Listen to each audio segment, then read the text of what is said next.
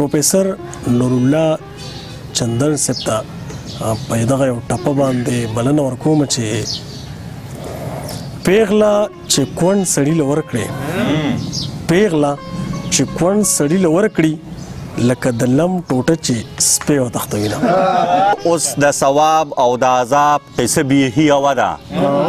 اوس د ثواب او د عذاب قصه بیخي یوه ده، ځکه د روغ او د خراب قصه بیخي یوه ده. او وایي ته د مغرب زه د مشرق په انتخا کې اوسم، ته د مغرب زه د مشرق په انتخا کې اوسم، ولې زمونږ د کتاب قصه بیخي یوه ده. او دواړه چې تیر شي اثرات، دواړه چې راشه اثرات مو په کلونو نه ځي، دواړه چې راشه اثرات مو په کلونو نه ځي، جانان ستا او د سیلاب قصه بیخي یوه ده. مننه. وایي دواړه چې راشه اثرات مو په کلونو نه ځي، جانان ستا او د سیلاب قصه بیخي یوه ده.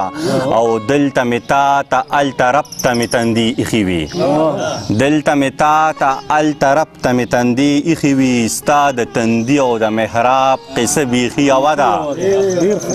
مننه. وایي دلته مې تا ته هلته رب ته مې تندي ایښي وي، ستا د تندي او د محراب قصه بیخي یوه ده. یو په غوړو بل غمونو کې خپل ځان سوځوي، یو په غوړو او بل غمونو کې خپل ځان سوځوي، د سوي زړه سوي کباب قصه بیخي یوه ده. او مننه.